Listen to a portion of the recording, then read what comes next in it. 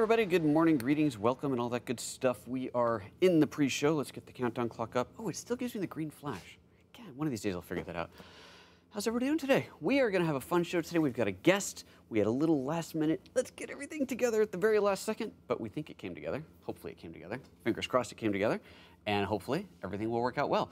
Let's see what's going on in the chat room today. Oh, Don, I forgot to tell you, fire up, if you can, fire up this feed in YouTube and keep the chat window open on a different computer if you've got it, and then you can keep an eye on the chat as well and see if there's any questions that come up. But if you can't, don't worry about it. I will monitor it and relay questions to you. Bart, good morning. Daddy MCC. Jess, greetings, everybody. Super Bowl weekend. Is that something happening this? Is there like a game or something this weekend? I don't know. I keep hearing about it. Bart, howdy. I totally forgot about the Super Bowl. You're like me. I wouldn't have known about it if Casey hadn't done a video on it yesterday. Jess has an echo. That's interesting. Anybody else get an echo, or is it just Jess? Jess, maybe you got two things open. Let us know if anybody else is getting an echo in there, but hopefully not. Hopefully it's just a one-off thing. No echo on Cincy's side. Good. Okay. Good. I think we're good to go. All right, cool. I think we're all ready on this end. This is going to be a really, really cool show, you guys. I am super excited about this because of what we're going to be looking at and who we're going to be talking to. It's going to be tons of fun. Let's see here. Final check on everything. Bart's a big football fan, but your season was over before the playoffs. Hooray, Redskins. Jess, why don't you go ahead and refresh, just refresh your browser, see if that brings you back up. Sean, good morning. Sean, how's your drone? So you guys, I don't know if you saw the Instagram story that I posted yesterday. That red human being climbing a tall tree was Sean getting his drone out of the tree. But he got it. He got it. He rescued it. So that's excellent, excellent news. We're very happy about that. Maiden voyage out in the wild, and it flew into a tree. Did you figure that out, Sean, yet? Did you figure out what happened and how to avoid that in the future? All right, let's see here. This is kind of weird. We've got 45 seconds to go. Thank you, sir. Excellent. Yeah, everything's going good today. Well, it's just like, for all the last-minute rushing we were doing, everything is pulled together quite nicely in the end. Where are you guys calling in from today? Give me a quick shout-out. Give me a country shout-out here. Let's see where you got people calling in from. Since this is the first time that Don's been on the show, he can see how global the show is, even when live, and see where people are coming in from. And Don, were you able to get the chat open? You can, let's see here. If you nod, I can. Oh, don't chat to me. That doesn't show up anywhere. You can talk. It's okay. Oh, okay. I didn't know I was unmuted. You're probably, I don't know if you're unmuted to the show. You're not unmuted to me, but that's okay either way. Oh, were you able to get the chat window open? Yeah. Okay, good. Perfect. All right, let's see here. Get this open. Mr. Curley calling in from Connecticut. Oh, good. Don's there. Excellent. He's even in the chat room. And Bart's there in North Virginia. Sean is in Oregon. We all know that. He says it's totally fine. The drone is fine. Got some killer footage on a cemetery using the APAS. That must be the tracking thing. Oh, look, and we're out of our countdown time. Excellent. All right, let's get that thing out of the way. And I think we're ready to go. Let's see here. Yep, everything's good. Everything's ready. Let's have a show, shall we, folks? I am already on this side. All right, let's do this thing.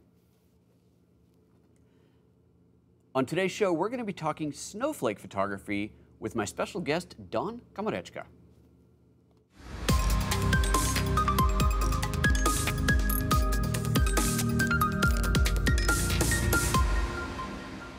Good morning and welcome to PhotoJoseph's Photo Moment, the first live 3 times a week show here on YouTube at 9:30 a.m. Pacific, youtube.com/PhotoJoseph. But you knew that because you're already here. Hey, if you haven't subscribed, hit the subscribe thing, hit the little bell icon so you know when we go live, because it's really fun to watch the live show. When you watch the live show, you get to participate in the chat. You get to see the chat as it goes live. I get to do things like this, throw this on the screen. If you have a question, you can put it in the chat room. I can address it in real time. Make sure you type @PhotoJoseph in front of it. And today, because we have a special guest here, Dom Komarechka, if you have a question for him, you can type his name in front of it as well. In fact, type both of ours. It'll show up on both of our screens, and then we'll really know who's asking what.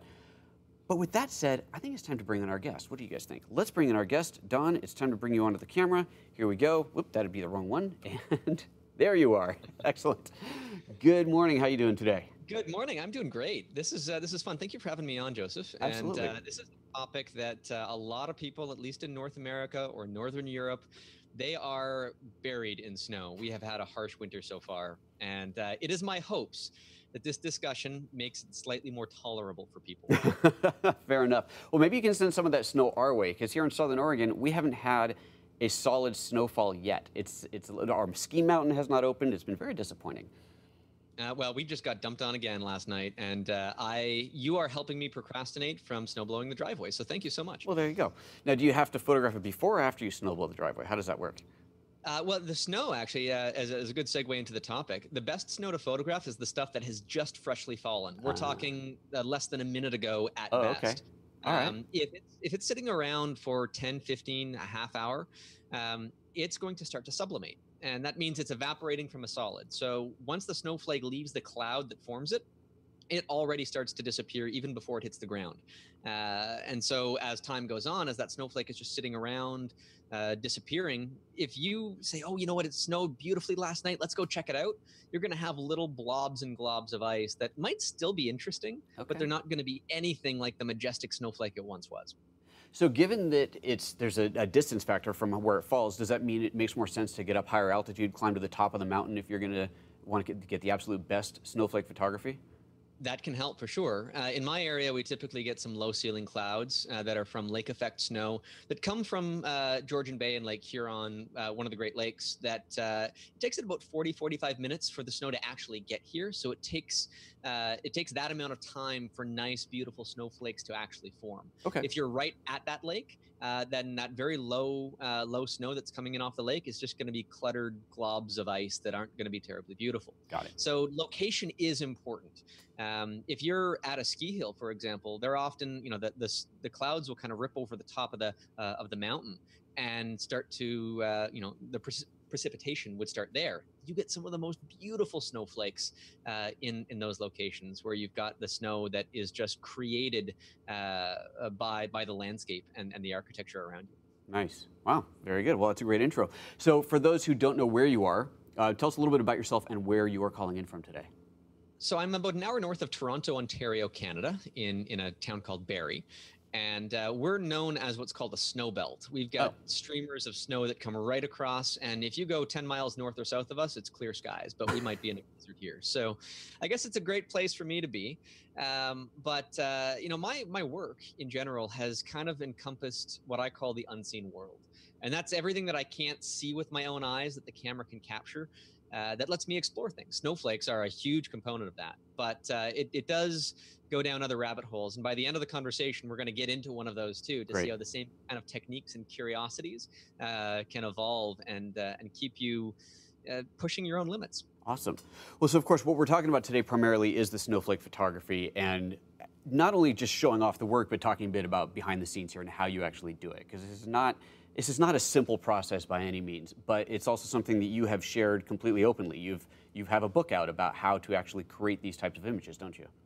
Absolutely. The book Sky Crystals is, or at least a part of the book is all the science as to how they're formed. Wow. But there is a comprehensive tutorial, a third of this 300-page book that is just equipment, techniques, what the camera settings are going to be, how you deal with it in post-processing, because that's a huge component as well. Every step spelled out. So if anybody wants to explore this stuff, we can mention that again at the end, but there is the ultimate resource on it. I hold back no secrets. I love to share this stuff with everybody. It is difficult. So, I mean, bear in mind that this is not something that you're going to, excel at your first attempt at. But once you get even a glimmer of something interesting, it is so addictive. You want to go back every time. Nice. Very cool. All right. Well, very good. In that case, let's go ahead and start looking at some of the images. I'm going to bring up the first picture that you've got here. And there we go. So tell us what we're looking at here. So you are looking at a close-up of one of the most ornate snowflakes that I've been able to photograph thus far. And I put this one right at the beginning, partly because it really reveals the fractal nature of snowflakes and the physics of how these things are formed. But at the same time, the rarity of me finding a snowflake like that, it's like winning the lottery. Oh, really? I've only encountered 2 or 3 snowfalls in about a decade that have produced this kind of snowflake at this size and complexity. that are this pristine and clean. So that level of detail is not what you'll typically find in every snowfall. You'll get snowflakes that are covered in rime, which are like supercooled water droplets that look like they're covered in warts, and it's not really that beautiful. And sometimes you'll get incredibly beautiful snowflakes, but they're as tiny as the little hexagon in the middle of this one, and that's as big as they ever grow. Oh, wow. Okay. So in a sense of scale, this one measures around 8 millimeters or so in size, and that's not the biggest. I think the biggest I found is just over a centimeter. That sounds big, 8 millimeters. Yeah, well, in terms of snowflakes, the biggest gets to be about a centimeter, but most of them that you'll photograph are tiny. They'll measure between 1 and 3 millimeters across. And so when you get into the equipment required to photograph that, a 1-to-1 macro lens, like your standard macro lens for any camera, it's not going to cut it. Not anywhere near close.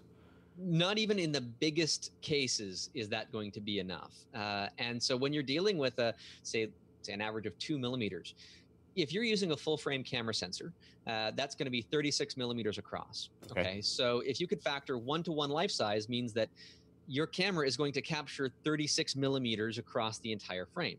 And if the snowflake is only 2 millimeters, it's going to take up, 1/18 of the horizontal space. That's not a whole lot of space. And yeah, you can crop in and you can throw away pixels, but you need more and more magnification to make this work. So that's sort of the predominant challenge number one, is getting it big enough in the frame. Okay, fair enough. Well, so let's move on to the next picture here, because I think we're showing a little bit of behind the scenes here of what it looks like when you're shooting. Right. So this is how I shoot them. The lens that I'm using in this case is the Canon MPE 65 millimeter lens, which you can see fully extended. It gets 5 times closer than the average macro lens. Okay. Now, attached to that, I also have a set of extension tubes, and that will get me up to 6-to-1 magnification. And coupled to that, right next to the camera, is an optic that is akin to a teleconverter. And that will double my magnification up to 12 times magnification in this particular case. So at that scale, I still can't fill the frame with the smallest snowflakes, sure. They're 1 millimeter and smaller, but I can get them with enough detail to make a usable image with that. Now, you'll also notice, and this is very important, I'm hand-holding the camera. That was it. I was going to say, I can't help but notice here, there's no big, huge honking tripod, which is what you would usually recommend for anything anywhere near this kind of close-up photography. There is a few techniques here. You'll notice that my left hand is actually resting on the surface next to where the snowflake is being photographed. Okay. And my index finger and my thumb are gripping the edge of the ring flash. So that acts as a very solid anchor point. So the trick here is I need to get exactly the right angle of light on the surface of the snowflake for it to show up with this glaring beauty. Like a glare on a window gives you a solid white reflection back. Sure. That's what I need off of the snowflake.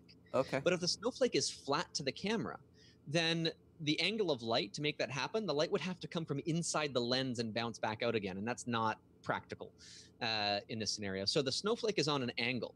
And that angle, the light can come in on an angle, bounce up to the camera, and give me that glare that I'm after.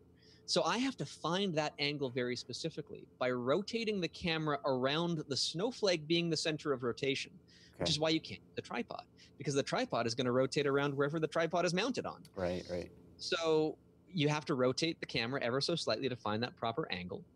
And then once you've got it, and you can take a couple of test shots, you can see it through the viewfinder, I'm using ETTL on the flash so that it gives me a pre-flash that's viewable in the viewfinder itself. That's the only reason why I'm doing it. So I don't have to take my eyes away from things, and I can get a glimpse for that instant if I've got the angle correct. Okay.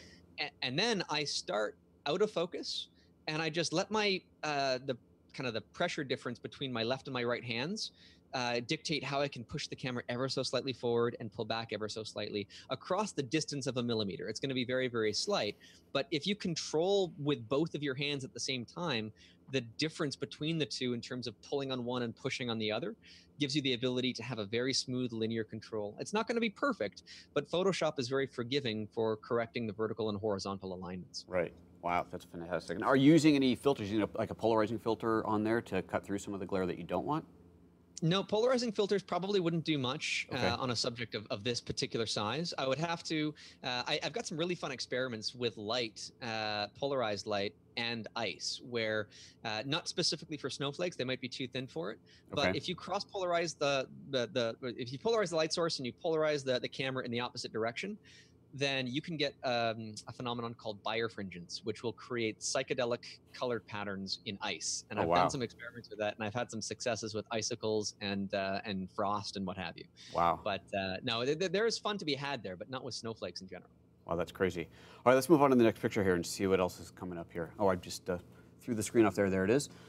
So tell us about this one. Oh, it's beautiful. So in terms of snowflakes, this is about as pristine and symmetrical as they get. But this is the result of about a 4-hour editing session that it's like knitting a sweater once you've done it a couple of times. It's muscle memory. It just requires you to kind of go through the motions. It's not as mentally exhaustive as it might initially appear. But the average snowflake is made of around 40 or so separate slices of focus.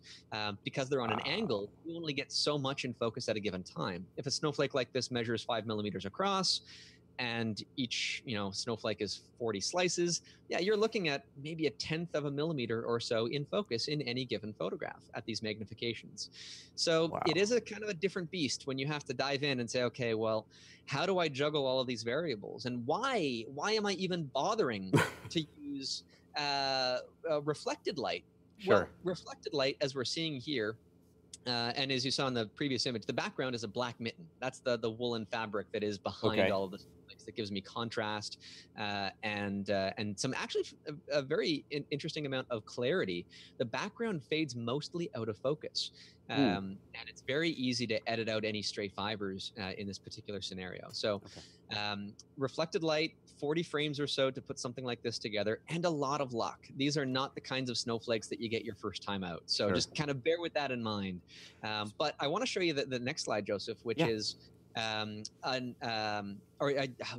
have the updated PowerPoint presentation. Oh, is this not the updated one? Uh-oh. All right, well, here, let's... there was behind the scenes images in there that we'll have to interject at some point. I think I must have pulled up the wrong one, so give me just a minute here. We will fix that. Version 2 has that particular snowflake as a behind the scenes sort of a right out of camera version of it. Oh, okay.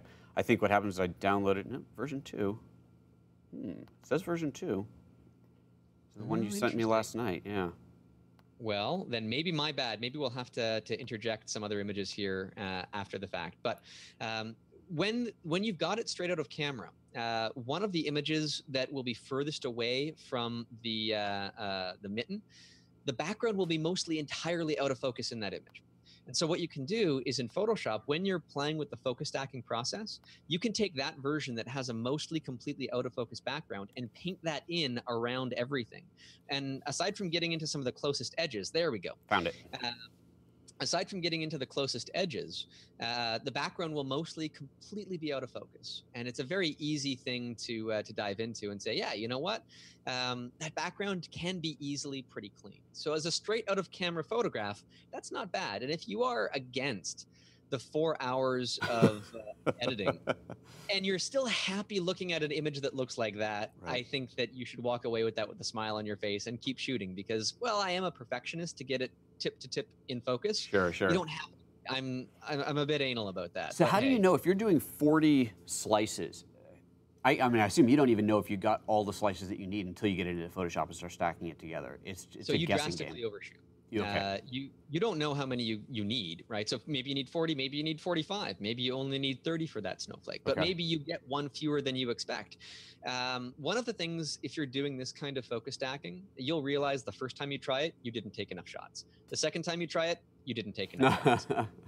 So I'll take anywhere between 200 and 300 photographs of a snowflake, and I'll use however many I need. I get about 80% of them on the first pass, then I get 80% of the remainder on the second pass, and then the stragglers, they kind of come in somewhere down the road just to fill in any of the gaps. Wow. But yeah, it's always better to take more photos than you think you need. You can throw away the rest afterwards. Yeah.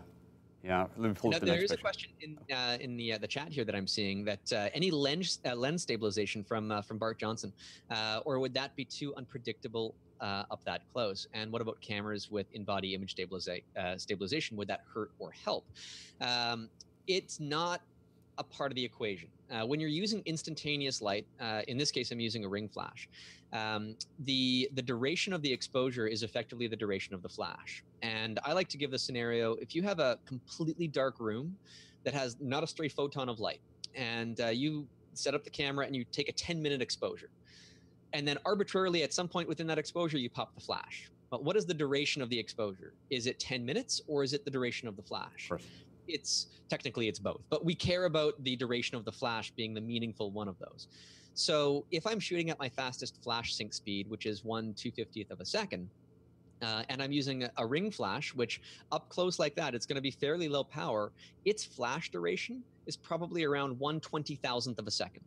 So that's the effective duration of my exposure for these images, in which case motion blur is never going to be an issue and image stabilization is a moot point. But it is a good question. No, I think, I think that the image stabilization where it could come in, where it might actually mess things up, is moving the sensor or the lens and having your images that aren't perfectly lined up. Now, I know in Photoshop it's going to do that realignment for you anyway, but in a situation like this, I think turning the IS off is probably just the better way to go if you've got it in your camera. Exactly. Oh. Now, there is a reason why I'm using reflected light, and these next images kind of showcase that, because in this case, again, this is another straight out of camera photograph. It illustrates some of the bizarre features that you'll get in a snowflake, where you've got these crazy vibrant colors showing up in the center of them that you would not otherwise expect to see. Mm-hmm. And that is caused, I'll save you the whole physics lesson, but thin film interference, the same stuff that puts rainbows in soap bubbles or an oil spot. And it's only seen when light reflects off the surface rather than passing through it. Because you can easily put a snowflake on a plate of glass and have light coming in from behind it and have it perfectly flat to the camera and be locked on a tripod. And that's how it's been done for well over a century. But doing it this way reveals a lot more magic and surface detail and texture and color that would be completely invisible otherwise. Yeah, I would say that I think your snowflake photography is certainly more dramatic and dynamic than stuff that I've seen before. So it certainly does have its own unique beauty to it. And in this behind the scenes image, you can see that there's a little bit of clutter off on the side, but that's easy for me to clone out. The background is often fairly pristine. And in the next image, you'll see the fully composited version of this, where I've rotated it to fit the frame nicely and it's completely in focus. And from out of camera to what you see here in terms of adjustments, it's really minor stuff. It's just adjusting mostly the white slider, maybe a bit of the temperature balance to get it ever so slightly cooler than neutral, as you want the snow to have a kind of a cool feel to it. Yeah, those colors are natural. I haven't done anything in any sort of black magic or secret arts to bring that out. That was just what Mother Nature dropped in front of me that day. How nice of her. Now, this next image is showing, we're seeing something totally different in a snowflake. I threw what this is in this? Here because these are some of the exotics. You know, these are not what you expect a snowflake to be. In certain temperatures, they'll grow into columns at warmer temperatures. And if those temperatures then cool, you'll have plate structures growing. And if that same snowflake transitions from one to the other, you'll get a column that starts to grow plates out of either side. And it creates this weird pedestal of ice type shape that are very small. These measure about 1 millimeter or so in size, but they are just beautiful gems in the right conditions. Wow. And the other one next to it has right angles, which you almost never find in snowflakes because they grow with 6 sides and 60-degree angles. But if you get some bizarre growth where a prism facet kind of breaks out from the rest, and you can get 90-degree angles forming that almost defy physics, because you can't even grow that in a lab because the parameters for which they form is so I don't want to say unknown, because we do know how they form, but uncontrollable in a way that, it becomes luck. Wow. You never know what you're going to find when you go out. And I've been shooting snowflakes for, I don't know, about 10 years now, almost 10 years. And I'm still finding surprises. Sure. It's a really fascinating subject to explore, even though it's kind of the definition of insanity, you know, doing the same thing multiple times and expecting different results. But you get different results. So it's not insane. That's just totally normal. Exactly. Or I've been losing my sanity one snowflake at a time. There's a lot of snowflakes fall, my friend, so you gotta watch out if that's the case. Oh, exactly. So just to wrap up this one particular topic, magnification is key. I use a ring flash to light them because it gives me an easy to control light where I just move the camera and rotate it around the subject until I get the light reflecting back to me in a very useful way that shows me the surface texture. And you can see on the 3D one, the pedestal, I've got the surface reflection on the column, but not on the plates on either side. They're not as reflective. You can't win all battles, so you just have to kind of choose fall.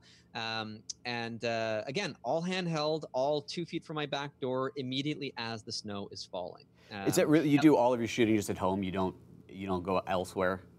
A lot of people have asked me, it's like, well, what are the snowflakes going to look like in Iceland or in Siberia? Well, they're going to look the same as they look here. Just depending on what the conditions that they have there on that particular day, the conditions at home might not be the same. So there might be some environments that are more conducive to certain types of snowflakes, but I can see it all here. Some might be rarer than others, but Sure. you know what? If the right conditions that are calling for the big, beautiful tree-like snowflakes are at 3 a.m, well, I set my alarm and I go and check it out. And sadly, I'm mostly disappointed. But sometimes you see it and you shoot for the next few hours. But the best conditions will typically only last for 10 to 15 minutes. Oh, wow. So once that passes, then you can, one of the strategies that I do is if you've got those beautiful, big, gigantic snowflakes, I do a bit of what I call dumpster diving, where I'll take my mitten and I will lay it out over the snow that has just freshly fallen and lift it back up because the fibers of the mitten will act like Velcro. Okay. And then I can flip it over and I can take some of those freshly fallen snowflakes before they've had a chance to seriously sublimate. And then I can manipulate them usually with a small artist paintbrush just to isolate and secure one from the clutter, and I can keep shooting that way. So yeah, it dominates my winter, this particular subject. I would imagine. But what if, Joseph, what if we don't have snow, but we have got really cold temperatures? We can have fun on our own with making freezing soap bubbles, which is the next topic to jump into. Next topic, here we go. And these are like beautiful little, you can call them artisan snowflakes. You can see the little snowflake shapes coming up inside this freezing bubble. That is in the exact same location where I shoot my snowflakes. If you've got temperatures that are, I'm going to guess around 8 Fahrenheit or colder, about -8 to -20 Celsius is where these, so 14 Fahrenheit, I guess that would be. Cold. But in that scenario, once it's cold enough, and you blow a bubble outside, it will start to freeze into these crystal structures. So you're talking just bubble like you play with your kids, blowing soap bubbles, one of those little toys. Exactly, except I typically use a straw, and so I can blow it and have it dangle on the end of the straw, and then I can carefully just place it exactly where I want it to be. Okay. And the bubble mixture, there's one key thing in this. It's 6 parts water, 2 parts regular plain old dish soap, and 1 part white corn syrup. And the white corn syrup is important because when you blow that bubble, that corn syrup will pool on the bottom of the bubble. And then when you drop that bubble down, it'll act like a cushion and prevent it from popping most of the time. So if you don't add that extra ingredient, then your bubbles will just pop as soon as they hit the snow. Okay. And with it, they'll pop half the time, but you'll get much better results. Now, the key here is lighting and time. You don't know necessarily exactly where the bubble is going to fall, so I do this freehand as well. And the lighting, if you move left or right just slightly, it's going to change. So in the background, I have a fairly high-powered flashlight.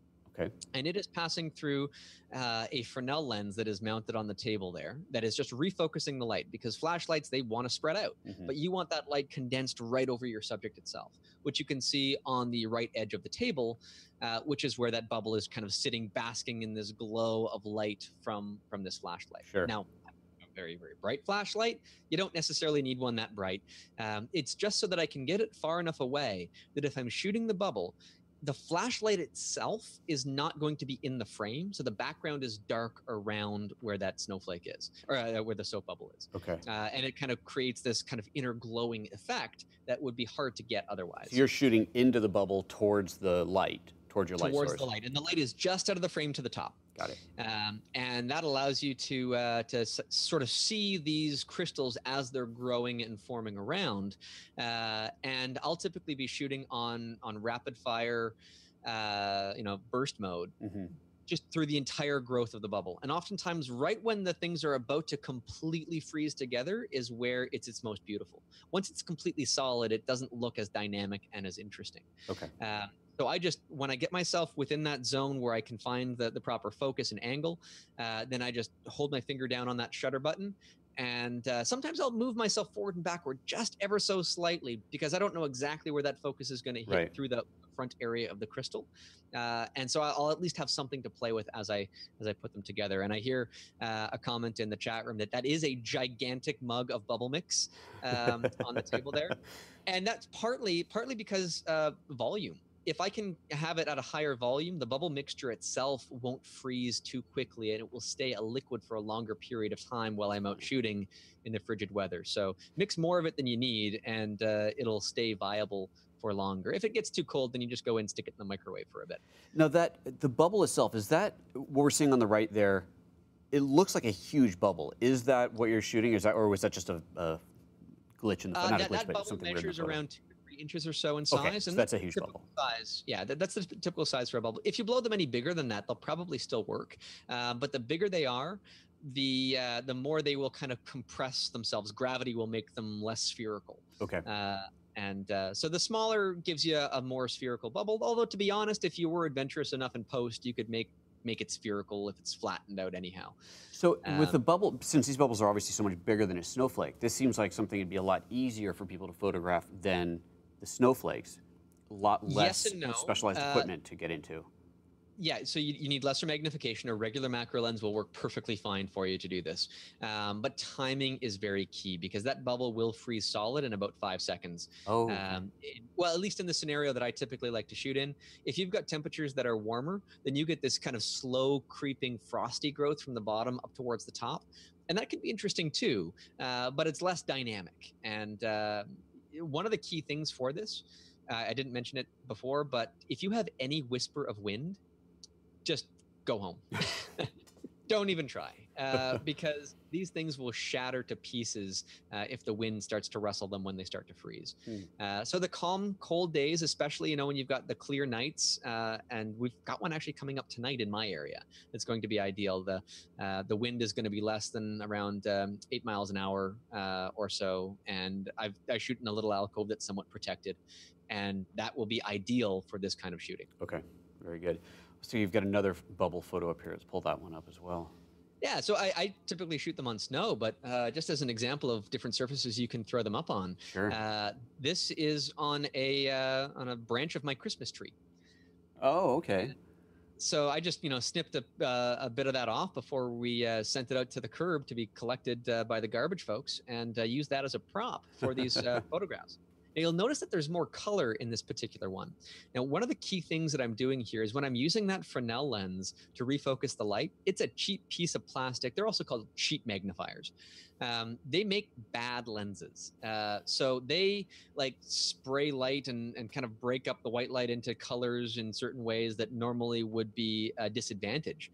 But that takes the white light from my light source and kind of sprinkles a little bit of color into the mix. Just by using that modifier to refocus things that's improper and really, really cheap that you can get for $5 on Amazon, will add in a little bit of extra color to make things a bit more magical. Cool, that works. Let's see, you got another one in here too. This is where things start to get interesting, because I did something different. Instead of using water for the bubble mixture, I substituted that with invisible ink. And so invisible ink looks clear to the eyes for the most part, but it fluoresces heavily under ultraviolet light. And so in this case, this is photographed using UV lights that are sort of all around the bubble. And it looks like the bubble is kind of glowing from within. And what you see is the little light specks all around. Those are bubble guts from the previous bubbles that popped before this one that I tried to get to freeze. Okay. And they just kind of sprayed invisible ink all over the holly branch and the snow that is surrounding it.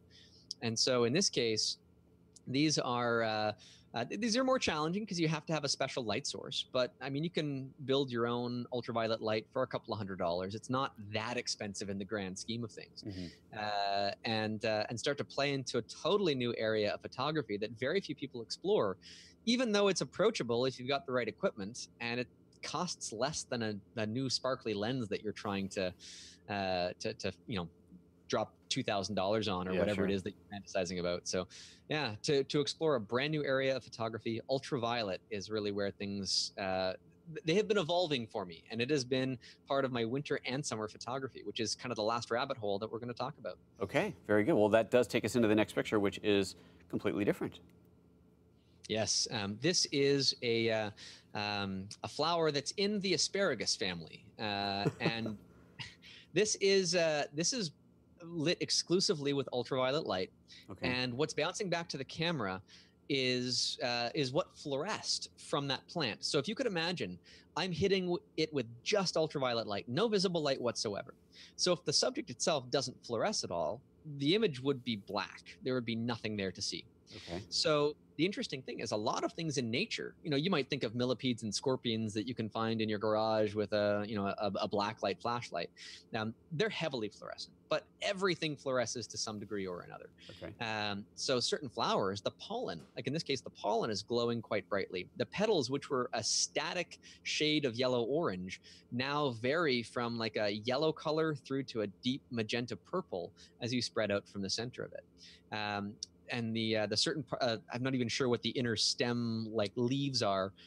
They were darker green, but they're glowing quite bright under ultraviolet light, and it creates this really surreal still life photograph that is something you can't see with your own eyes, but you're able to capture with a regular unmodified camera. You don't need any special equipment to do this.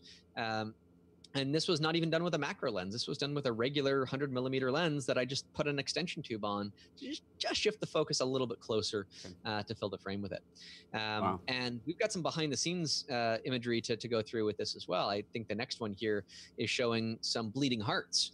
And I was using, I think that's the Panasonic GH5 that I've got in the background there. Good choice. That I was experimenting with, trying to see what its low light capabilities were.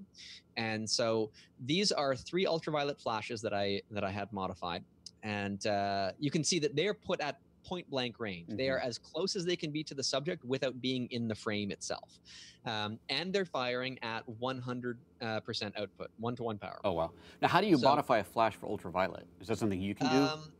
Yeah, well, I will say that the initial caveat, you're dealing with high voltage electronics. So if you're not familiar with how to deal with that, look it up, research it, be prepared, take the safety measures necessary. But that being said, if you buy, like these are Yongnuo flashes, and you buy it specifically for this purpose, and you take it out of the package, you can pretty much guarantee that the capacitors inside are discharged. Don't put any batteries into the flash, because if the capacitor inside is charged, you could kill yourself. Okay. Just putting it out there. Excellent. It is a 5-minute modification to take these flashes apart. There's like 2 screws and a couple of little clamps. All you have to do is pop off the top of the flash head, and there are 2 pieces of plastic in there that are designed to refocus the light, but they are also UV blocking plastic, because if you could imagine, xenon emits ultraviolet light, but you don't really want to give your subject a sunburn at the back of their retina when you're taking pictures of them. So they block the UV light by nature, or by design. So remove those, and you turn the flash into a full spectrum flash. Oh. Now what you need to do is limit it down to ultraviolet only. And there's certain filters called a UV black filter that will block out visible light, but let ultraviolet light pass through. And there's varying filters out there with different components or coatings or whatever it is. I found a combination of 2 separate filters works the best. The Hoya U340, which is readily available on eBay. And you usually have to go through a distributor to get the next one, is a Mid-Opt from Midwest Optics, the Mid-Opt BP365. Those 2 together, one will bleed a little bit on the purple side, one will bleed a little bit on the red side of the visible spectrum, but together you narrow it down and you make it exclusively UV. Okay. I buy 77mm filters. You can get smaller ones. The bigger size just covers the flash head. Sure, sure. Okay, so that's what we're seeing on. Yeah, I just taped them on with gaffer's tape. Got it. And it's a simple solution there. And so they will only let ultraviolet light through, and then the camera in complete darkness will capture the image that results from this setup. Is the next slide. There we go.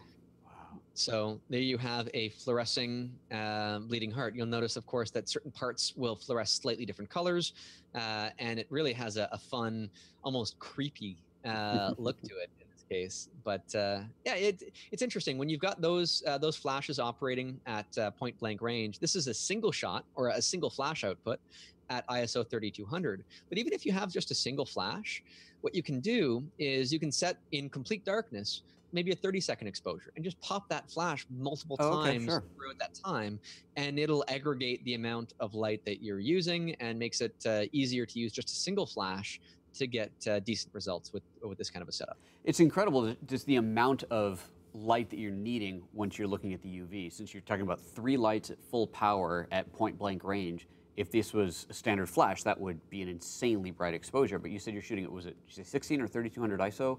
3200 ISO in this case, yeah. Yeah, so that's, wow, that's not much light coming out of this. Well, you're definitely getting to the extremes. It's not that there's not a whole lot of ultraviolet light. If I were to be recording the UV light, I've got cameras that are modified to collect ultraviolet light specifically. And certain flowers will have patterns that insects see that we can't see with our own eyes. But if I were to use that camera in this scenario, it would be, again, way, way, way too much light. Okay, got it. But it's how much light will fluoresce that will hit that subject and you know, through an instantaneous sort of phosphor process, will come back to you from a very high frequency light back in a lower frequency light that happens to be in the visible spectrum. Okay. Don't want to get all sciencey nerdy about that, but certain elements, certain ingredients will fluoresce more than others. Okay. Pollen in certain flowers are known for it. I'll use artificial fluorescence in terms of invisible ink, as you saw, ultraviolet powders and stuff that you can sprinkle on things to add a little bit of extra magic. But it is the natural fluorescence, I think, that makes things really magical. And I mean, this is the world under our nose. It's a world that we would never be able to see otherwise, including the cicada, that it has clear, like transparent wings. But when you photograph it in ultraviolet fluorescence, those wings become like a science fiction shade of blue. And it's really fun to see. And cicadas are very docile and cooperative insects, because I just found this thing out on my driveway, and I picked him up and I placed him down on this flower in my studio, and he stayed there. Convenient. You know, maybe 10 minutes later, he moseyed onto the underside of the flower, but he was cooperative, and then I just put him back outside afterwards. That's great. Well, I got someone in the comments saying, Burnsteck in the comments saying, it reminds me of a Tim Burton movie. And yeah, definitely. It has that kind of It does have that kind of feel to it. Yeah, yeah. And it's fun to note that this is just a version of reality that we are unable to normally see. And I guess nobody could really see it, because the sun does not produce exclusively ultraviolet light, which would be needed to see things fluorescing. And I would not want to live around a sun that only emits ultraviolet light. I think that's a bad thing. It'd probably be bad. And I think it's worth just pointing out, I mean, it's obvious, but just to repeat it, that this is not colored in Photoshop. This is not a bunch of oh, I took a normal picture and went into some kind of funky color painting or some funky filters. This is what your camera captured. This is exactly what the camera captured. And thankfully, the cicada sits still, so there's a bit of focus stacking involved just to get it nice and sharp from tip to tip. But there's no manipulation of the color overall. And that's really what becomes magical here. And since I found some of these live insects, my accountants think I'm the strangest guy ever, because I go to eBay and I'm like, okay, let's buy a whole bunch of pinned insects. Different cicadas from Africa, or different dragonflies or bees and what have you. And so when that shows up on my expense reports for my corporation, my accountants are like, Don, you can't be serious. How is this possibly a business expense? And then I show them pictures like this, and they say, okay, well, I guess so. I guess so. But it's really fun to just explore this in your own backyard. And so this next one here is a dragonfly, a 12-spotted skipper or skimmer. And this guy, this is somewhat controversial to some people, but dragonflies are not as cooperative as a cicada would be. So this guy is not going to cooperate if I capture him in a net and try to place him on a flower. They don't listen to commands. So this guy was cooled down in my freezer for about 2 minutes, which forced him into his night mode to think, okay, well, it's time to nap. And then I took him and I put him on a bee balm flower in my studio. So some people don't like manipulating insects in that particular way, and I'm kind of on either side of the fence depending on what it is. Yeah. But there was absolutely no way to get this shot Sure. of a dragonfly without having to go through those extra steps. And he was perfectly fine. I let him out. Actually, right after the shot was taken, he started flying around my studio, and so I had to net him up again and let him back outside. But no, it was an interesting experiment because I've tried to just kind of do a quick capture of other dragonflies with the net and just shine an ultraviolet light on them to see if their wings do anything interesting, and they don't. They're all transparent. This is the only one that I found that had the same iridescent wings, and you can see patterns in them, almost like veins, where the thickness of the wing is thicker, and the fluorescence is thereby brighter. And these patterns would normally be invisible to us. If you were just looking at it, it would look transparent. But you can kind of see the strength and the structure of the wing in this regard. So, yeah, you don't know what's sitting, like, just the universe at our feet, I call it. Whether spring, summer, winter, doesn't matter the season. There's always ways to see the world a little bit differently in macro photography. And I think that the real lesson to take away from this is just experiment and explore. I mean, there is so much for you to explore with the macro lens, so long as you decide to stop seeing the world through your own eyes and to see it through, you know, the size of a camera like this. Like when you see like the size of it is a massive camera. Yeah. You don't necessarily need to have something that is this big in order to make the shot work, but it is the tool that I have at my disposal, and so that's what kind of makes the magic happen. It is great to see what can be done. Yes, there is some specialized equipment involved, but what can be done in your own backyard. It's so easy to get complacent in photography and just go, oh, you know, there's nothing good to shoot today. I can't find it. I'm bored. And this is, like you said, it's the universe at your feet. It's a whole different world that you can go start exploring and finding the goodness in. And the beautiful thing about this is, I mean, how many photographs have you seen of the Eiffel Tower, of Antelope Canyon, of Horseshoe Bend, of, you know, name any waterfall in Iceland? I mean, they have been photographed to death. And if you're a landscape photographer and you get jazzed up about going to those locations, as I do too, I mean, I'm not going to poo-poo that too much, but the photograph that you have, good or bad as it may be, is one of millions of the same subject.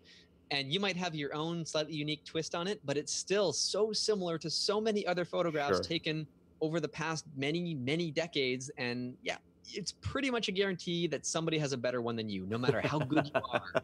There's a million photos of it. You know, it's really hard to be number one on that marker. So when it comes to macro photography, however, every shot is so varied and so unique that you're not really comparing yourself to other people at that point.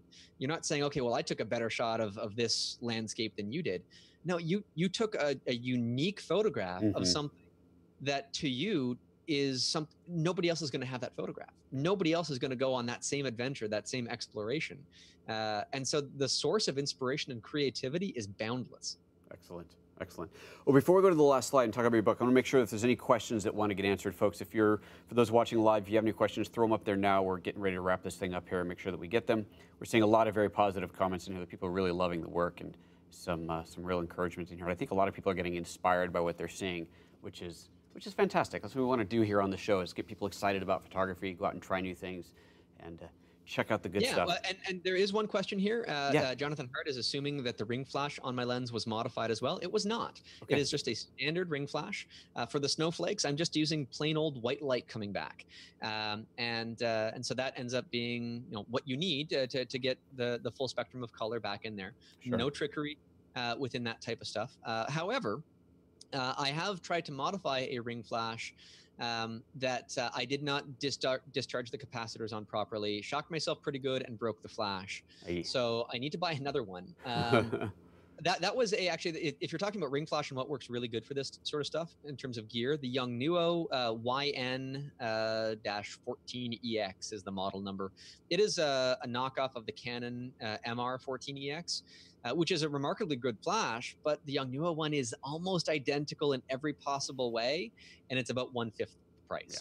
We'll put links to all of the gear that we're talking about today in the comments down below. So for anybody who's watching who wants to explore some of this gear, we'll be sure to list everything, the flashes and the filters that you talked about. I'll make sure we get everything from Don and include that down there. Yeah, perfect. Bart's asking, is there a reason you don't use continuous UV light? And I would guess it would be about the amount of output, because if you need to flash your strobes multiple times if you got one, it's probably that. But I do have a continuous UV light. It's something that cost me like $500, and it's used mostly for forensics than it is for photography. And it is a very high output. It's the highest output that you could get, but it's still really dim in comparison to what I could get from the flashes. Right. The downside is it will also heat things up. It generates a fair amount of heat when it's on continuously. And if you're trying to use like a subject for focus stacking, and you're trying to block out all available light, you might even be draping something over it, it gets really hot. It actually worked to my advantage in one case, though. I was shooting ultraviolet fluorescence work for the Discovery Channel documentary film called Mosquito. And I'll send you a link to the behind the scenes of me actually working on this stuff too. Awesome, we'll include that down below. The heat on a mosquito that I was working on, it was a dead pin specimen, but it was freshly pinned, caused the wings to move on the dead creature through the focus stack. So as I pulled the focus from the frame using 30-second shots, the wing actually moves that I had no idea it would actually do that. And so, yeah, continuous light in some cases can work, although that was a fluke. And they ended up using that as the title card for the documentary. So that was a really lucky mistake. But yeah, the flashes are the best way to go. Okay, fair enough, fair enough. All and right. One final question, favorite millimeter with macro, 100 millimeter is by far the most versatile. The lens that I'm using here is 65 millimeters, but it's a really odd duck in the sense that it can extend its magnification to a greater degree than your average lens. 100 or 105 millimeter, that is really the sweet spot for macro. So if someone has a macro lens right now, ideally 100 millimeter or whatever they might have, and they're interested in playing with this, but not really ready to invest in this 5:1 macro lens, are extension tubes going to be the most cost-effective way to do that? They're going to be very cost effective, you know, like $100, maybe 150, depending on the set that you buy, but it's not that much. And if you also do a lot of nature photography with a telephoto lens and you own a teleconverter, what you can do is you can add the teleconverter to the macro lens. Now, oftentimes they don't couple together properly because of a lens protrusion on the teleconverter itself. But if you put the extension tubes in between the lens and the teleconverter, that covers the lens protrusion, and you can couple those things together, and that will double your magnification right away. Wow. All kinds of great tips. Very fun. Cool. Thank you so much. Let's bring up this last slide here. I know there's a couple things we wanted to talk about. The book, first of all. Why don't you tell us about this book that you have? Right. So Sky Crystals was a book that I wrote specifically for scientists and photographers, the people that love this natural stuff and want to create these images for themselves. It's a 304-page hardcover book that I now actually have as an ebook. And it is the resource on photographing and understanding Snowflake. So if you want to do, or even just dabble or understand what that subject is all about, then by all means, this is available to you at skycrystals.ca. And for your audience exclusively, Joseph, if you put in the coupon code PhotoJoseph, you'll get $5 off either the ebook or the physical copy of the book as well. Now, you're familiar with the new podcast that I have out because you were a guest on a very recent episode. I was a guest, that's right. And so Photo Geek Weekly, we're at episode 12 right now. And so we just started up late last year. And it is a really fun down the rabbit hole of geekiness based on whatever photographic news happens to be, come up that week that we can kind of dig under the hood on and see all the inner workings of. That's what the podcast is all about. And awesome. So every week I've got a co-host, a co-pilot, and it's always a fun chat to have. And looking forward to having more people listen to that as time goes on. Very good. Well, we'll link to that down below as well. And it is really a fun podcast to listen to and to be a part of. So I encourage everyone to subscribe to that one. Perfect. Thank you. And, finally, if you want to learn from me in person, I love teaching workshops. I do a lot of in my own studio and in our award-winning gardens. I've got a day-long macro photography course. If you want to learn water droplet refractions from me, which basically turns a droplet into a lens, putting a flower or something in the background, which is just so much fun, then I've got those workshops over at my main website, donkom.ca/workshops, if you want to get right there. And I do private one-on-one workshops as well. I've got somebody that booked me to kind of come last minute whenever the conditions are right to do snowflakes and soap bubbles and stuff like that. I can't do a group workshop in advance for that. It's got to be a last minute thing. Sure. And I'm more than happy to accommodate those for anybody willing to jump on a flight at the last minute too. So sounds good. Excellent. Well, thank you so much again for sharing all that with us. Really appreciate it. Again, we'll put all the links down below for everything that we were talking about today, all the gear for those who want to play, and of course the book, and appreciate the discount code for that. Just use PhotoJoseph to get your discount on that one. And you have one very special edition hard copy left, don't you? You were telling me about this yesterday. I do. Did you grab it? Do you have it there? I couldn't grab it. I know I wanted to, but it's actually stored on like the top shelf with a bunch of other stuff in front of it that I would have to either get a ladder or, and with the short lead time that we had to get going here, I wasn't able to grab it. But I do have a custom leather bound, custom embossed in a very special collector case. It actually has an extended gallery of images that were not previously published in this version of it alone. My production cost on it is around $800, so it sells for $1,000. But hey, you know what? If you want that and you are serious about it, I will happily show you more pictures of it, and that $5 discount code will work on that one too. Excellent. And that you have one of those left, you said? Well, technically I have two, but one I'm never parting with. Fair enough. No, fair enough. All right. Thank you so much, Don. I really appreciate you coming on today. It was a lot of fun. Everybody, thanks again for tuning in today. If you have any questions, be sure to put them in the comments or the chat down below. And I'm going to encourage Don to try and follow up on those questions. I know some of you are going to have some questions for him. He's obviously a busy guy. I don't know if he'll get to all of them, but I'll prod him. You know what? I love the interaction. If anybody has any questions, email me, talk to me in any way that you want. Fantastic. I'm available. I don't sleep as much as I should because of it. But hey, And where can people find you on Twitter? Twitter.com/Donkom, DONKOM. Facebook is Doncom Photo. You can find all of those links on my website, doncom.ca. They're just all along the bottom so that you can follow me and keep up with my work. The Snowflake stuff that I do, I post them every other day online with lots of science and tech tips on how to get the images. If you follow my streams, you'll see all of the fun antics that I'm up to. And there's always a narrative that goes with every post that will either describe what it is you're looking at or how it is you can take that picture yourself. So it's always keeps you engaged. All right. Well, wonderful. Thanks again for coming by, and thanks everybody for watching. We'll see you next week. Have a great weekend. Bye-bye.